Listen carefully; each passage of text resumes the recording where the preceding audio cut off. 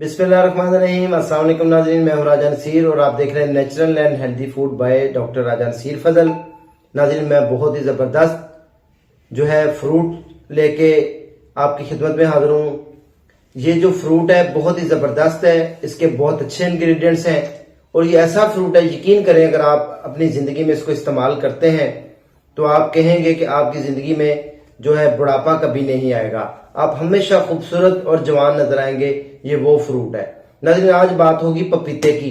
पपीता मेरे सामने पड़ा हुआ है, ये इतना महंगा नहीं होता और ये तकरीबन अक्टूबर नवंबर दिसंबर में ज्यादातर अवेलेबल होता है। वैसे तो ये 12 महीने ही अच्छे जो सुपर स्टोर्स होते हैं वहां पर अवेलेबल होता है।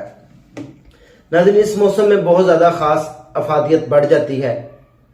पपीता जो होता है इसमें विटामिन ए, विटामिन ई और विटामिन सी सबसे ज्यादा मिकदार में पाया जाता है। मैं आपको यहां पर एक बहुत ही अहम बात बताता चलूं। हमारी माए बहनें बेटियां घरों में गोश्त को गलाने के लिए जो है पपीते का पाउडर इस्तेमाल करती हैं।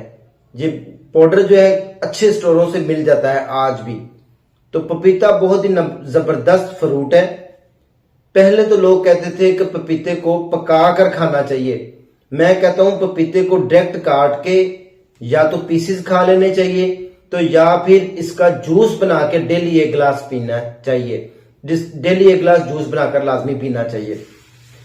अगर ज्यादा नहीं तो आप हफ्ते में एक बार इसका जो जूस है वो लाजमी पिए। अब जो है नाजरीन, बात होगी पपीते के जो फवायद हैं उसके बारे में। चूंकि इसमें विटामिन सी, विटामिन ए और विटामिन ई बहुत ज्यादा मिकदार में होता है, तो आपकी जो जिल्द है जो ग्लोविंग होती है, आपकी ग्लोविंग जिल्द होती है, आपके जो एंटी एजिंग इफेक्ट है वो कंट्रोल में रहते हैं, यानी कि आप बूढ़े नहीं नजर आएंगे। इसका जो दूसरा मेन जो अमल दखल है वो है एंटीऑक्सीडेंट। इसमें बहुत ज्यादा जो सुपर 16 फ्रूट्स हैं उनमें ये एक फ्रूट शामिल है।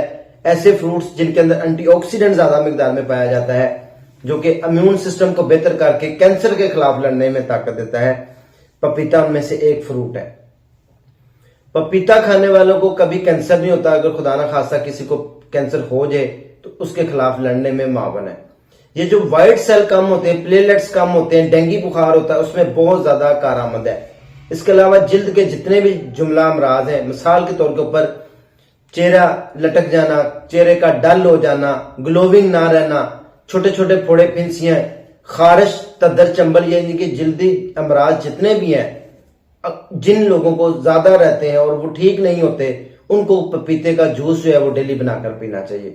मैं आपको एक और बात बताता चलूं जो हमारी बहनों के लिए, बेटियों के लिए इंतहाई जरूरी है, मुफीद है।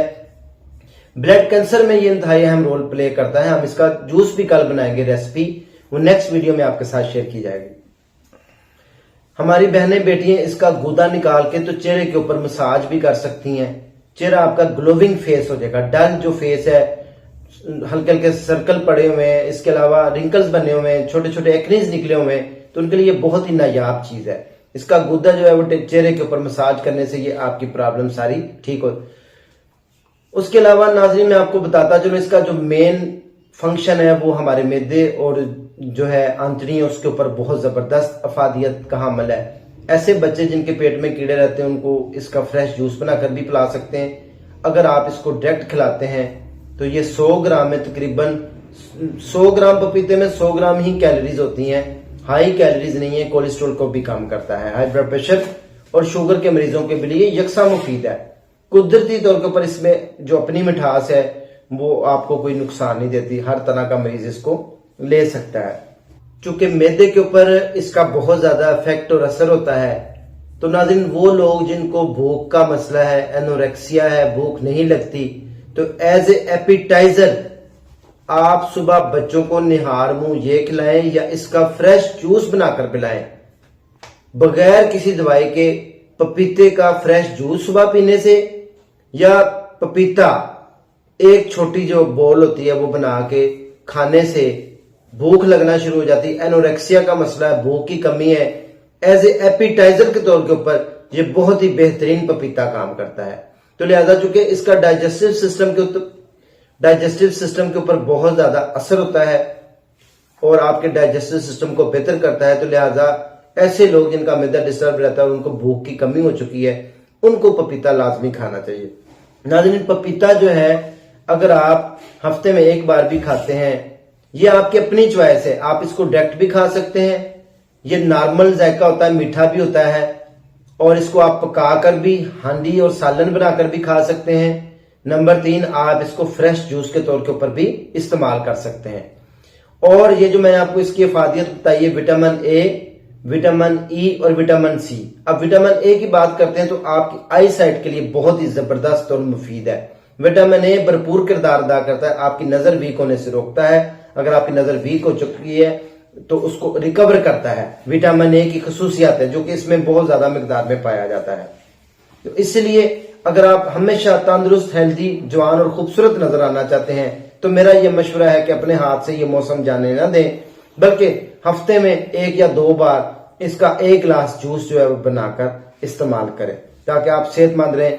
ये आपके इम्यून सिस्टम को बेहतर करके आपको बहुत सारे मुख्तलिफ जुमला अमराज से महफूज रखता है। नाजरीन, उम्मीद है कि आपको मेरी आज की ये वीडियो पसंद आई होगी। इसी के साथ अपने होस्ट राजा नसीर को इजाजत दें। इंशाल्लाह दुआओं में याद रखें। दोबारा हाजिर होते हैं नेक्स्ट सेगमेंट में। अल्लाह हाफिज।